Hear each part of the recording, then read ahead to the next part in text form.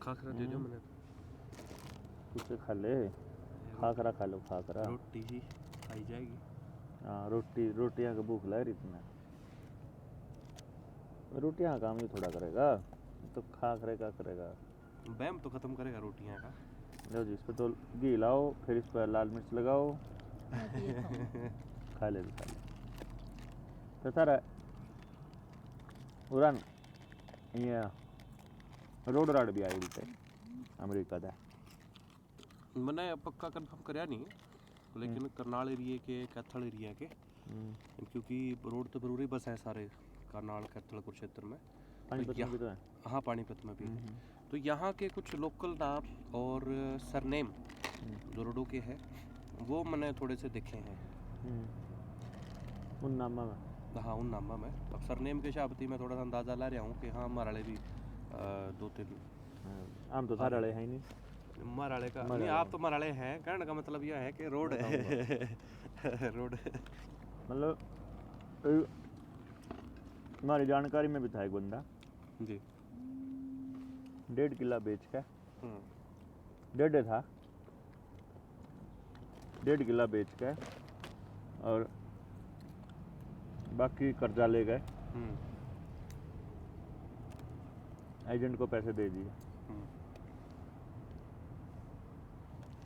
2-3 जो जानकारियां थी उसमें तो एक तो मर लिया बालक, संपर्क टूट लिया, मतलब एक घूम घाम का 2-3 महीने उल्टाया लिया, वैसे खुद ये उल्टे जाने की तैयारी करे, बाकी ये उल्टे आ लिए। नहीं मतलब कोई सा भी है जिसके डीजे ढोल पटाखे बम बजे और रात में भाई छोरा पहुंच गया। सबके कोई भी एक ऐसा नहीं था जिसके पहुंचने के बाद मतलब पहले न्यू ट्रेंड अलग अलग तरीके से चलाया था। बारात जाया कर दी, बहू लिया कर दे, तो गांव ने बताने के लिए कि बहू आ ली तो पटाखे बजाया कर दे।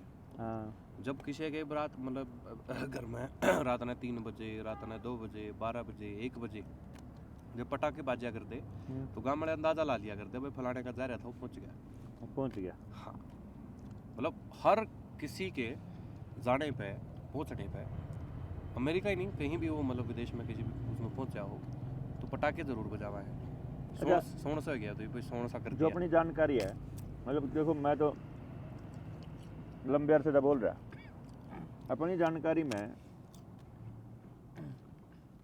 ऐसा भी है कोई किसी का इस चक्कर में नाश होया हो? कहीं को यार मुझे ऐसा लगता है ज्यादातर का नाश ही होया। ये बता दे नहीं। हाँ वो बता नहीं सकते ना। हाँ बता दे नहीं ना, बता नहीं सकते। ज्यादातर क्या दिक्कत आ रही है। हाँ क्योंकि बहुत ज्यादा दिक्कत आ रही है। कामयाब तो एक दो है, क्योंकि वहाँ भी हाल तो बुरा ही है। बिल्कुल देखो आपकी अपनी जमीन तो आपका पोषण कर सकती है, अगर वो नहीं आपका पोषण कर सकती फिर तो कौन करेगा बाहर। तो एक भाई है ज्यादातर ये जावे तो स्टोर पे काम करे ना, या ट्रक चलावे या स्टोर पे काम करें। हाँ तो स्टोर पे काम करने वाला मेरे से बता रहा था, बोले हम घर के ना न्यू नहीं बता सकते कि हमारी जो बॉर्डर पे फौज खड़ी होवे ना उससे भी ज्यादा खतरनाक ड्यूटी है। बोले फौज वाले ने न्यू तो बेरा है कि यूं मार ला रो दूसरा वो मारेगा, दूसरे से हम प्रोटेक्शन कर सकते हैं। बोला यहाँ तो हर तीसरा बंदा बंदूक लेकर चलाए। हाँ सिर्फ न्यू का है I'll shoot you। बिल्कुल। खाना चुराना जुर्म नहीं है और खाना चुराना देना भी नहीं है। खाना चुराना वहाँ जुर्म नहीं, खाना चुराना देना भी नहीं है, वरना पीछे काटेगा मालक। कई मालक ठीक ठाक अच्छे पाए जाए, कोई बात नहीं, लेगा नहीं, ज्यादातर का तो नहीं हुआ है। और जैसे अपने वाले हैं जी, अपने वाले के यह भी बड़ी दिक्कत है, फलाने की भींत मेरी भींत है उनसे क्यों करा, फिर पीछे उनके माँ बाप ने कोई समझा दे, मारा तो 3 लाख दे महीने के, थारा तो जरूर लड़कीबाजी करता होगा, थारा तो जरूर शराब शरूब में पीछे डांदा होगा। अगला बहुत सारी चीज छुपा रहा है, अगर मैं किन हालातों में जी रहा हूँ, कैसे कैसे मैंने दिन देखने पड़ रहे हैं, कैसे मैं होमलेस ही बन के रह रहा हूँ, कितने दिन मैंने बाहर बिताए हैं, वो कहानी घर वालों को जानबूझ के नहीं बता रहा है। लेकिन यहाँ पर वो कंपटीशन चल रहा है, अगर मेरी 3 मंजिला थारी 4थी मंजिला है, थारी बैठक में इसी मारी बैठक में इसी को नहीं, थारा काली बुलेट आएगी मारा दौड़ी बुलेट आएगी, मारा ही को नहीं, जिनका करेटा खड़ी है ना कपलानी गाटी खड़ी है। जो यहाँ सबसे ज्यादा पलायन है ना वो उस इलाके से है जहाँ माइनिंग है। क्योंकि वो जो माइनिंग वाले उद्योगपति हैं वो जिनकी ज़मीन थी उनको कुछ कमाने नहीं देते। अपने एरिया में कहाँ माइनिंग? बिहार और अच्छा। यूपी में जो ज़्यादा पलायन वहाँ से देश के देश में। अब जो यहाँ जो पूर्वी यूपी के और जो बिहार के लोग हैं जो यहाँ में करने आते हैं, मैक्सिमम वो लोग या तो एक कमरे में 20-20 रहते हैं, या वो सड़क पर जैसे कोई सड़क का कंस्ट्रक्शन का काम चल रहा है या फिर वो वहीं पे अपना गेर का बिस्तर वहीं सो जाए, फिर उठते ही फिर वहीं चालू कर रहे हैं।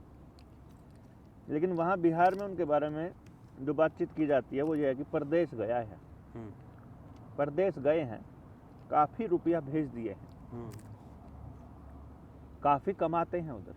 यहाँ तो क्या है, दिहाड़ी नहीं है, वहाँ बहुत है, और यहाँ वालों के लिए वो दिहाड़ी कम है जो उनके लिए बहुत है। तो यो काम अमेरिका वाला का है, यो कनाडा वाला का, यो ऑस्ट्रेलिया वाला का। वह बात है कि बिहार वाले खातर हरियाणा में काम है, हाँ, हरियाणा वालों खातर नहीं है। हाँ, और हरियाणा वालों के लिए कनाडा में काम है, अमेरिका में काम है, लेकिन अमेरिका कह रहा है कि यहाँ बेरोजगारी है। ये एक जैसा सिनेरियो बन रहा है। अभी क्या हालात लगते हैं, क्या लोग हैं, ये ये शुरुआत सारे आएंगे। It is the tip of iceberg, ये शुरुआत है। हाँ, अभी तो यहाँ से रास्ता दिख गया सबने, मतलब यहाँ से शुरुआत होगी। अब सभी देश से ऐसे ऐसे, मतलब हरियाणा में क्या देख रहे हैं, सारे पुंज उठाओगे इनकी। हाँ, सारे पे लेंगे जो भी उस तरीके से है। हालांकि नहीं, जब पेल लेंगे लठ बाजेगा, लठ बाजेगा, दंगे होंगे, Bihari versus non Bihari, Marathi versus non Marathi. एक बार महाराष्ट्र में हुआ था, ठाकरे की फैमिली ने किया था। अब अगर देखो, मैंने हरियाणा में देखा है एक चीज़ कि आपके गांव के अड्डे पे अगर कोई आइसक्रीम की रेडी लगा रहा है, वो भी वही है बिहार से। कोई वहाँ फास्ट फूड की रेडी लगा रहा है, वो भी वही है। कोई खाने पीने का और स्टॉल खोल के बैठा है दिहाड़ी का, आइसक्रीम वगैरह का, वो भी वही है। मैंने एक बार ऐसे ही किसी से सामान लेना शुरू किया, जस्ट फॉर चेकिंग, गोलगप्पे की रेडी, फास्ट फूड और मतलब जस्ट टेस्ट करने के लिए कि भाई ये इसका किस होता है। मैंने एक चीज़ पाई, आइसक्रीम के अंदर पता नहीं किस तरह के केमिकल मिला रखे हैं। अब मैं उसको ऐसे देखता हूँ, यदि वो यहाँ का लोकल आदमी होगा तो वो लोकल अपने भाई बहनों की जान को खतरे में नहीं डालेगा, और अगर डालेगा तो पड़ोस या गांव राम उससे मिलकर ना उस पर हिसाब मांग सके है, उससे कैश क्या है। लेकिन अगर वो परदेसी है, भाग जाएगा वहाँ के लोगों को बीमार करके। वो उस केमिकल, क्या केमिकल डाल रहे हैं किसी को नहीं पता, ना समोसे वाले कौन सा तेल इस्तेमाल कर रहे हैं। मैक्सिमम जो है वो पाम ऑयल तैयार कर रहे हैं, और वो सबको पता है कि पाम ऑयल बॉडी के लिए जहर है। क्यों सस्ता पड़ता है, इंपोर्ट कर लेते हैं, जानबूझ के इंपोर्ट करती है सरकार। आइसक्रीम के कवर पे लिखा होता है this is not made of milk, vegetable oil is used in it. लिखा होता है बकायदा कहीं आइसक्रीम का पाउडर आता है जी चाइना से। हाँ। और वनीला करके कोई कंपनी है अपना बेंगलोर की, वो इंपोर्ट करती है, वही पूरे इंडिया में डिस्ट्रीब्यूट करती है उस पाउडर को। हाँ।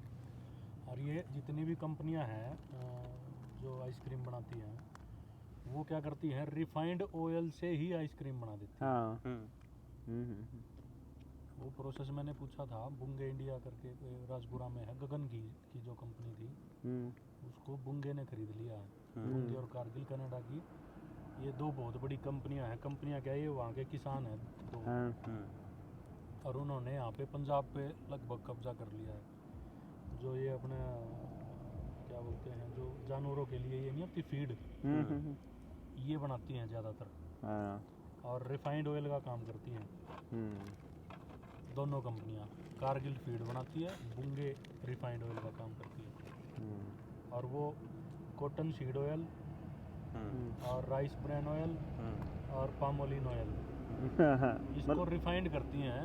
और रिफाइंड का प्रोसेस वहाँ पे पता किया, वो 3 बार पेट्रोल से धोया जाता है खाद्य तेल को। चाहे कोई भी हो, अगर उसको रिफाइंड कर रहे हैं तो उसको पेट्रोल से धोया जाता है बार बार, उसके बाद उसको वो रिफाइंड माना जाता है, उसी से फिर आइसक्रीम बनती है, उसी से ये मतलब बड़े बड़े बैनर लगा के उसको मतलब एडवर्टाइजमेंट उसकी की जाती है कि भाई ये रिफाइंड ऑयल है, ये पाम ऑलिव ऑयल है, और बड़ा खुश होके उसका प्रचार करते हैं कि भाई प्रचार खुश हो गए। प्रचार वाली बात यह थी, मैं 1.5 साल एक ऑर्गेनाइजेशन के साथ काम कराया था मैंने, उसमें राइस ब्रांड ऑयल प्रमोट करते थे हम। अच्छा, ऑर्गेनाइजेशन के कौन सा ना कंपनी हाँ मतलब वही। हाँ जी, कंपनी के लिए काम कराया था। राइस ब्रांड ऑयल प्रमोट करते थे हम, और राइस ब्रांड ऑयल जो हमें ट्रेनिंग मिली थी, उस ट्रेनिंग के हिसाब से जो उन्होंने हमें बताया था वही हम लोगों ने आगे प्रमोट किया। R&D तो ये समझ हमारी है इनकी, बोले केस होता है अगर है। उसने बताया, बोले यो राइस ब्रांड ऑयल साधारण तेल नहीं है, यो देसी घी के बराबर है, इसना चाहे डायरेक्ट ले लो, इसना चाहे शक्कर में गिर कर ले लो, इना चाहे बूरे में गिर कर ले लो, और ये दिल के लिए बहुत अच्छा है। और उसका पता क्या होता है? और कई जने तो आज भी नौका है, बोले जो आपने बताई थी ना बात, बोले मैं आज भी यूज कर रहा हूँ। मैंने जब पता लगा मैं बोला छोड़ दे यूज करना, मेरे पता उस टाइम गलत प्रमोशन होगी थी, गलती होगी मेरे पे। हाँ हाँ हमने मैं पकड़ फ्रेश का अरे नहीं अब समझ में आ रहा है ना कि ये कैसे कैसे बनता है, कैसे कैसे इसका प्रचार किया जाता है, और क्यों इसके पीछे का क्या रीजन है। मैं अभी एक किताब पढ़ रहा पता है उसका राइस ब्रान ऑयल क्या होता है? किस चीज़ का तेल है? राइस के ऊपर लगे छिलके का ना, हाँ। छिलका उतारने के बाद भी पॉलिश उतरती है चावल के ऊपर से, वो पॉलिश का होता है, वो पॉलिश का बुरादा हो जाता है। बुरादा मतलब बिल्कुल बुरादा, जैसे लकड़ी का बुरादा होता है। अब वो उसको क्या करते हैं, ये जो फीड बनाने वाली ये है ना, जो तेल एस्पेलर वगैरह जो होते हैं, जो पहले एस्पेलर बोला करते हैं, वो उसमें जाता है, उसमें उस पाउडर को दबा के उससे तेल निकाला जाता है। उसको शायद गर्म भी किया जाता है, पहले उसको स्टीम दी जाती है, उसके बाद उसको प्रेस करके उससे तेल निकलता है। वो राइस ब्रान है। हाँ वो राइस ब्रान है। जो बुरादा बच गया उसको फिर ये फीड में बेच देते हैं। वही खेल है, जैसे बॉर्नविटा था, उसकी खड़ थी वो मूंगफली की खड़, और उसको 2-4 बादाम के टुकड़े मिला के बोला बादाम का वो है ये, दूर से दिखा रहा है। हाँ बच्चों को पोषण मिलेगा, ये भी हाइट बढ़ा देगा। काजू वाले बिस्किट में काजू भी दिखते हैं हमने। वो मूंगफली की खड़ होती है एक्चुअली, वो सारी। गौरव का फोन है। हाँ ठाले ठीक है भाई, ये दे दे। हेलो, क्या हाल है भाई? यूज तो बहुत बुरा हाल चल रहा है, ठीक है। मतलब मैंने हाँ अच्छा, इसीलिए हम ये कहते हैं भाई, हर गांव में एक आदमी कम से कम ऐसा बैठा हो जिसका और कोई काम में ना हो जागरण के अलावा। ऊपर वाले सारे चढ़े हुए हैं, नीचे वाला ठीक है, कर दो, कर दे भाई नीचे वाला। एक ये सोया ऑयल का बहुत प्रचार करते हैं, सोयाबीन ऑयल, सोया फ्रेश करके कभी कुछ मतलब अलग अलग नामों से है। फॉर्चून में भी आता है, और फॉर्चून तो अडानी की है ना। हाँ अडानी की। तो उसका ये बताते हैं कि उसका मेल्टिंग टेम्परेचर बहुत हाई होता है सोयाबीन ऑयल का। वो सिर्फ जैसे अपने यहाँ पे एक सुअर का होता है सिर्फ इतना मेल्टिंग टेम्परेचर, उस तेल को सिर्फ सुअर पचा सकता है और कोई नहीं पचा सकता, और वो हमारे को परोसा जा रहा है। सारे पराठे, सारे रोटी, सारे सब्जियां, हाँ सब उसी में जा रही हैं, सब और रिफाइंड। इसीलिए हर आदमी बीमार हो रहा है। कुदरत से दूर जाने का जो खामियाजा है वो ऐसे बढ़ रहा है। मतलब बहुत ही बड़े लेवल पे जागरूकता की ज़रूरत है, बहुत ही बड़े लेवल पर। लोग क्या करते हैं, जागरूकता करते करते कुछ और करने लग जाते हैं, फिर वो उनको कुछ और चाहिए। अपने को एक विंग अपनी JSM की इस तरह की बनानी पड़ेगी जिसका काम केवल जागरूकता होगा। मतलब वो ना पॉलिटिक्स में जाएगी, ना और कुछ करेगी, उसका काम है केवल डिबेट करना करवाना। जैसे मान लो अभी ये प्रवासी बच्चों का मुद्दा चल रहा है, बच्चों को वापस भेजा जा रहा है। कमाल की बात यह है कि पूरा सिस्टम इस तरीके से डिज़ाइन किया गया है कि कोई भी जिम्मेदार नहीं है उस बर्बादी का। बच्चे को नौकरी ना मिले, कोई जिम्मेदार नहीं। सड़क पे एक्सीडेंट हो जाए, कोई जिम्मेदार नहीं। टाइम पे भोजन ना मिले और उससे मर जाए भोजन ना मिलने से। याद है बिहार में 2 माँ बेटी मरी थी क्योंकि उनको राशन नहीं मिला था और गांव वालों ने राशन दिया नहीं, और मिला इसलिए नहीं था क्योंकि उनका आधार कार्ड अपडेटेड नहीं था राशन कार्ड के साथ, इसलिए मर गई लोग वो। और कमाल की बात यह है कि उसका कोई जिम्मेदार नहीं है, आज तक भी कोई जिम्मेदार तय नहीं। अस्पताल में कोई गलत इलाज से मर जाए, कोई जिम्मेदार नहीं। गलत व्यवस्था की वजह से कोई सुसाइड कर ले, कोई जिम्मेदार नहीं है। बैंक वाले भी जो अन्याय अत्याचार करे उसकी वजह से परिवार मर जाए, कोई जिम्मेदार नहीं। अव्यवस्था का भी कोई जिम्मेदार नहीं। आप जाओगे ना, एक ही काम के 3-4 डिपार्टमेंट बटे हुए हैं। डिपार्टमेंट वाले 1 मिनट से पहले ये कह देंगे ये हमारे अंडर में नहीं आता, इसका हमें नहीं पता, है ना, ये ऊपर से आता है। हाँ, नहीं कहो ये वो रिस्पॉन्सिबल है, मैं नहीं हूँ। इस टाइप का काम होता है, मतलब कोई जिम्मेदार नहीं है। बच्चा पढ़ रहा है, पढ़ने के बाद उसको अगर काम ना मिले, रोजगार ना मिले, कोई जिम्मेदार नहीं। फिर वो यहाँ से भाग जाए, कोई जिम्मेदार नहीं। वहाँ से डिपोर्ट कर दे, कोई जिम्मेदार नहीं। इस दौरान उसके परिवार वाले बिना संभाल के मर गए हों, या फिर उसकी ज़मीन बिक गई इस चक्कर में, तब भी कोई जिम्मेदार, या फिर वहाँ डोंकी में वो मर गया, तब भी कोई जिम्मेदार नहीं। मतलब क्या लगता है गांव वाले कब इस बात पे चर्चा करेंगे कि जिम्मेदार तो हो कम से कम कोई?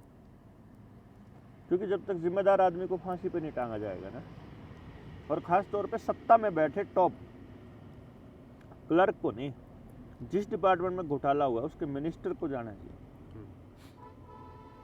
वरना मुझे जो दिखाई दे रहा है वो ये है कि देश दुनिया के अंदर शांति फैलाने के लिए, गृह युद्ध या विश्व युद्ध जैसे हालात पैदा करने के लिए, आपके बिजली पानी सब पे कंट्रोल करने के लिए सारा कुछ किया जा रहा है। और दिख भी रहा है तो ऐसे होते हुए। नहीं, सबसे पहली बात तो ये है ना कि वो जो रीजन है, क्या रीजन है कि वहाँ पे अपनी जन्मभूमि को, अपना देश को छोड़ के और डोंकी मार के जाना पड़ रहा है इसको। मेन तो वो है ना, क्यों? हाँ, तो वो भी तो जिम्मेदार तो कोई ना कोई होना चाहिए ना, मजबूरी है उसकी। वही ना, और रीजन मेन कोर्स है, जो मेन कारण है वो क्या है? मजबूरी नहीं है उसकी, वो ट्रेंड है। नहीं, जिसके 3 किले हैं भाई, उसकी क्या मजबूरी है बाहर जाना? मेरे को आधा एकड़ जमीन हो, आदमी को भूखा मरने नहीं देते। और जिसके 10 किले हैं वो भी जा रहा है। खेती में प्रॉफिट कहाँ है? प्रॉफिट चाहिए क्यों? नुकसान का सौदा कर दिया। नहीं चाहिए क्यों प्रॉफिट? गुजारे के लिए पैसा तो चाहिए। पैसा थोड़ी चाहिए, सामान चाहिए। देखो 2 किलो अनाज में जितनी कैलोरी आज से 100 साल पहले मिलती थी, उतनी कैलोरी आज मिलती है। तो अनाज की तो वैल्यू नहीं घटी ना बढ़ी, असली वैल्यू तो वही है ना जो उससे मिलता है। आपने तो कागज के टुकड़े में उसकी वैल्यू ना प्रयोग, ठीक है। इसी तरह से शरीर पर जितने मीटर कपड़ा लगता था उतने मीटर आज लगे, वो भी बढ़िया नहीं घटा। पैर में जूते जितना साइज है उतना ही लगे, बिल्कुल। एक बाल्टी में लोहा जितना पहले लगा करता आज ही लगे, एक खेत में जितना अनाज बीज लगा करता उतना ही लगे, जितनी अनाज पैदा हो रहा उतना ही लगे, है नहीं लगता उतना ही है। तो पहले ऐसी क्या व्यवस्था थी कि घर में सोना चांदी भी खूब है, आदमी कुदरत से भी जुड़ा हुआ है, प्रेम लिहाज भी है, अपराध भी नहीं है, पुलिस का भी इंटरफेयर नहीं है, अननेसेसरी खर्चे भी नहीं है, बीमार भी नहीं है, और समाज भी इकट्ठा है। पहले ऐसी क्या थी? क्या हम इस पर गांव में जाकर चर्चा नहीं कर सकते? भाई चलो पहले तुम्हें बताओ यार, भाई आप कैसे कह सकते हो ये जो साल में 10 क्विंटल गेहूं लगा, 10 क्विंटल तो ज़्यादा कह दिया कम कह दिया? वो बड़े परिवार के हिसाब से कह दिया आपने। बड़े परिवार के हिसाब से 5 क्विंटल गेहूं लगा, नॉर्मल 3-4 लोगों का परिवार है ना, तो 5 क्विंटल अनाज किसी का लगता है, 5 क्विंटल अनाज की आज कीमत लगभग 12-13 हज़ार रुपये है ना जी। 12-13 हज़ार रुपये तो 15 दिन भी नहीं चलते, चलेंगे नहीं। है ना, 10 क्विंटल के भी नहीं चले, और अनाज चलेगा पूरा साल। आप एक काम करो, एक सिस्टम बनाओ कि भाई अनाज बेच के जो पैसा मिला है उससे उतना ही अनाज मिल जाए बस दोबारा, है ये वैल्यू कभी कम नहीं होनी चाहिए, जितना अनाज बेच के जितना पैसा मिला। ऐसा कैसे हो सकता है यार, आज आपकी ज़मीन, कभी ज़माने में आपकी ज़मीन 2 लाख रुपए की बिकी थी, आज वही ज़मीन 2 करोड़ रुपए की है। ये SEZ के अंदर सोनीपत के एरिया में उस टाइम सोनीपत रोहतक और ये जिनकी ज़मीन लगा कर दी, या फिर जो झज्जर वाले थे, भूपेंद्र सिंह हुड्डा कितने सस्ते रेटों में ज़मीन दे गए इन कंपनियों को, है? और ज़्यादा दिन की बात भी नहीं है, 4 ही प्लान निकले होंगे। हाँ मैं ये कह रहा हूँ मैक्सिमम 20 साल। उस टाइम पे नहीं, 20 तो ज़्यादा बड़ा कह दिया, पिछले 12-13 साल ही तो हुए इन सरकारों को आए हुए, तीसरा प्लान तो है, 14 में आए थे, 24-25 तो 11 साल तो है, इससे पहले तो वही थे, 2012 में दिए थे उन्हें ये सारी ज़मीन का, 11-12 में SEZ की, और 12,000 एकड़ ज़मीन है वहाँ झज्जर वाली, और उस टाइम पे वहाँ ज़मीनों के रेट थे बहुत थोड़े, लेकिन कंपनियों से दिलवा दिया 20-20 लाख रुपया किले का, और लोग कूद गए 20 लाख रुपया का किला, और भाग भाग के उन्होंने अपनी ज़मीन दी, भाग भाग के। अब वहाँ 2 लाख रुपए गज बिकल नगरी, रिलायंस ग्रुप हाउसिंग सोसाइटी बनाया गया ना, फरुखनगर के पास है, फरुखनगर के पास। हाँ इधर ले लो, इधर सोनीपत के एरिया में ले लो, जमीन के रेट देख लो, जितने रुपए में तब जितनी जमीन बिकी थी उतने रुपए में उतनी जमीन क्यों नहीं आ रही आज? ना जमीन बढ़ी, एक्सटेंड तो को नहीं हुई, तो ये प्रॉफिट जब किसी बड़े उद्योगपति को हो सकता है तो फिर आम इंसान को क्यों नहीं होता? पैसे की तरफ तो इशारा नहीं कर रहे हो आप। नहीं पैसे की तरफ नहीं, सवाल तो नीतियों की तरफ है ना। नीतियां तो हैं ही उनके लिए। भाई पॉलिसी ये है कि अगर मुझे लोन चाहिए 1 करोड़ का या 30 लाख का, जो आप बता रहे हो, मैं मैं उसमें कोई बात बताऊंगा जो रिलायंस वाली है। अभी 4 साल पहले हरियाणा सरकार ने क्या किया था, जब खट्टर मुख्यमंत्री थे, जब उसने ये किया था कि अपने ऑल हरियाणा की NOC जो है वो बंद कर दी थी। हाँ। कि भाई कोई भी अगर नई फैक्ट्री लगाता है तो उसमें NOC नहीं मिलेगी। हाँ। किसी भी जगह पे किसी को भी फैक्ट्री लगाने की CLU के अलावा कोई परमिशन नहीं थी। हाँ। लेकिन वो SEZ के लिए, रिलायंस के लिए और इसके लिए था छूट। हाँ, उसमें उन्होंने क्या किया कि SEZ और HSIDC और CLU जोन, जहाँ पे परमिशन सिर्फ CM से ही मिलती है, CLU की, इन 3 को छोड़ के ऑल हरियाणा की NOC बंद कर दी। अब वो प्रमोट किया गया SEZ को, क्योंकि इनकी जो है रेट ज़्यादा थे HSIDC के, और इसमें यहाँ पे कानून भी ज़्यादा होते हैं, वहाँ पे सुविधाएं ज़्यादा हैं, वो KMP के नज़दीक, तो उनको उनकी ज़मीन बिक नहीं रही थी, जो अभी आप जिक्र कर रहे थे। 2 करोड़ रुपए की, 2 लाख रुपए गज की जगह है वहाँ पे। वो इसीलिए हुई है कि 4 साल के लिए ऑल हरियाणा में NOC बंद कर दी थी। उसका खामियाजा पूरे प्रदेश को भी भुगतना पड़ा, वो ये भी भुगतना पड़ा कि क्योंकि ज़मीन वहाँ भी महंगी होगी, तो यहाँ पे जो इंडस्ट्री आने वाली थी, जो लगाने वाले थे, वो अपनी उठा के राजस्थान ले गए। यानी ये प्री प्लान किया गया ना, प्री प्लान, मतलब एक उसको प्रॉफिट देने के लिए सिर्फ। हाँ, इसलिए समाज को कमान अपने हाथ में लेनी पड़ेगी ना। अगर नेताओं को, विधानसभा को अनलिमिटेड पावर दे दी जाएगी, डीसी एसपी को, इनको अनलिमिटेड पावर दे दी जाएगी, ये तो अपना राज्य इस तरीके से एस्टेब्लिश करेंगे कि किसी उद्योगपति के साथ सेटिंग हो गई, उन्हें कह दिया मैंने वह चीज़ बेचनी है, सिर्फ उधर खोल दो बेचना, बाकी सब जगह बंद कर दो, रजिस्ट्री है सब कुछ। ये एग्जैक्ट यही पॉलिसी थी जो आप बता रहे है ना। उसके बाद लोग बाग वहाँ, क्योंकि लोगों ने तो जो पैसा इन्वेस्ट करना है कहीं ना कहीं। अब खेल दूसरा कि एक तो यह होगी, दूसरा जो मैं बात शुरू की थी मैंने वही था कि मान लो किसी आम इंसान को तो चाहिए, अगर मान लो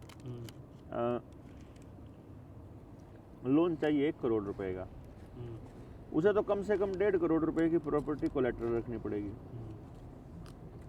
है। और इंफ्रास्ट्रक्चर के लिए यदि आपको लोन चाहिए किसी बड़ी कंपनी को, तो प्रोजेक्ट 100 करोड़ का है तो लोन 150 करोड़ मिल जाएगा। और लाइन लगा के देते हैं, है कि नहीं? देने वाले बैंकों की लाइन लगती है। हाँ देख लो, तो कितना बड़ा खेल है ये। और वो प्रोजेक्ट चलते हैं। मैं तो अभी यहाँ की देख रहा हूँ, मैं जैसे अपन हिमाचल में बैठे हैं, मैं यहाँ हिमाचल में देखा मैंने, ये जो हाईवे बन रहे हैं ये पिछले 10 साल से तो मैं देख रहा हूँ इनको बनते हुए। उससे पहले भी ये पहाड़ तोड़ने का काम कंटिन्यूसली चल ही रहा था। इस प्रोसेस में मैंने एक बात समझ में आई कि भाई इस कंस्ट्रक्शन के काम में अब ये ब्लास्टिंग करने लग रहे हैं पहाड़ पे, फिर धूल उड़ रही है, जो लोकल आदमी है वो तो लगातार अस्थमा का मरीज होता जाने लग रहा है। बिल्कुल होएगा। अच्छा, आप एक चीज़ और देखो, जो आप बता रहे हो, ये जो ब्लास्टिंग होने लग रही है, हाँ। अगर कोई लोकल यहाँ का ग्रामीण जो यहाँ का वासी है, अगर यही ब्लास्टिंग अगर वो अपने प्लॉट में या अपनी जगह में करने लग जाए, हाँ, तो उसको 1000 परमिशन लेनी पड़ेंगे और परमिशन मिलेगी नहीं। ब्लास्टिंग की कोई परमिशन नहीं देता। उनके बगल में हो रहा है, उनके गांव में होने लग रहा है। पेड़ काटना हो या ब्लास्टिंग हो, हाँ। मतलब एक आम इंसान के लिए मुसीबत है, लेकिन ये लोग अपनी मर्जी से करें। तो मुझे ऐसा लगता है कि देश के मालिक को अपना मालिकाना हक क्लेम कर लेना चाहिए। बिल्कुल करना चाहिए है? अगर उसको अपना जीवन सरल करना है। हाँ, और उसको ये देखना चाहिए, मैं यहाँ पे ना जितनी गाड़ियाँ चल रही हैं, अगर आप रिसर्च करोगे ना और उस आदमी से पूछोगे कि भाई तू जो कर रहा है, जो आ जा रहा है, ये मजबूरी में आ रहा है या फिर शौक में आ रहा है? ज्यादातर आदमी मजबूरी में घूम रहे हैं। आज आप यहाँ आए हुए हैं ना पहाड़ पे, आप अभी मजबूरी में आए हुए हैं। हाँ? अगर मेरा गांव होता ना, तो किसी को भी शिफ्ट होने की जरूरत नहीं, किसी को यहाँ आने की जरूरत नहीं। फिर हम अगर पहाड़ पे जाते ना तो हम साइकिल पे भी निकल सकते थे। एक्सप्लोर करना था ना, एक्सप्लोर करने के लिए तो किसी भी साधन पे निकल लो, उसमें कोई जल्दी पहुंचने की तो कोई रोड़ा नहीं, ना जल्दी जाने का ना रोड़ा, ना आने का रोड़ा। एक्सप्लोर करना है तो उसके लिए आपको साधन नहीं चाहिए बहुत ज़्यादा भारी।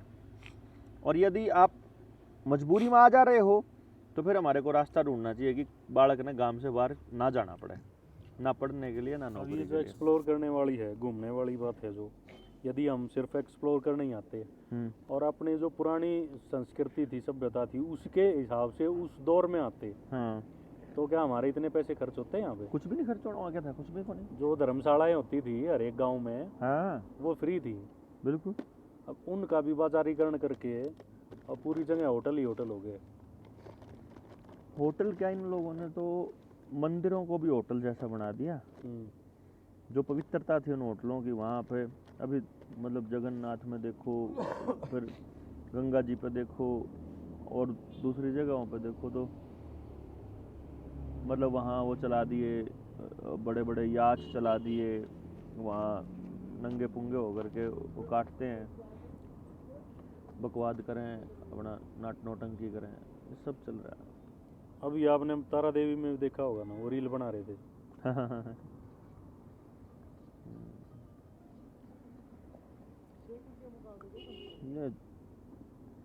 ये भी सब करा के तो गाँव वाले नहीं कर सके भाई। गाँव वाले अपने बैठ के विमर्श चालू कर दो हैं। विमर्श से ही समाधान निकलेगा। विमर्श से ही निकलेगा कुछ ना कुछ, अदरवाइज तो क्या निकलना।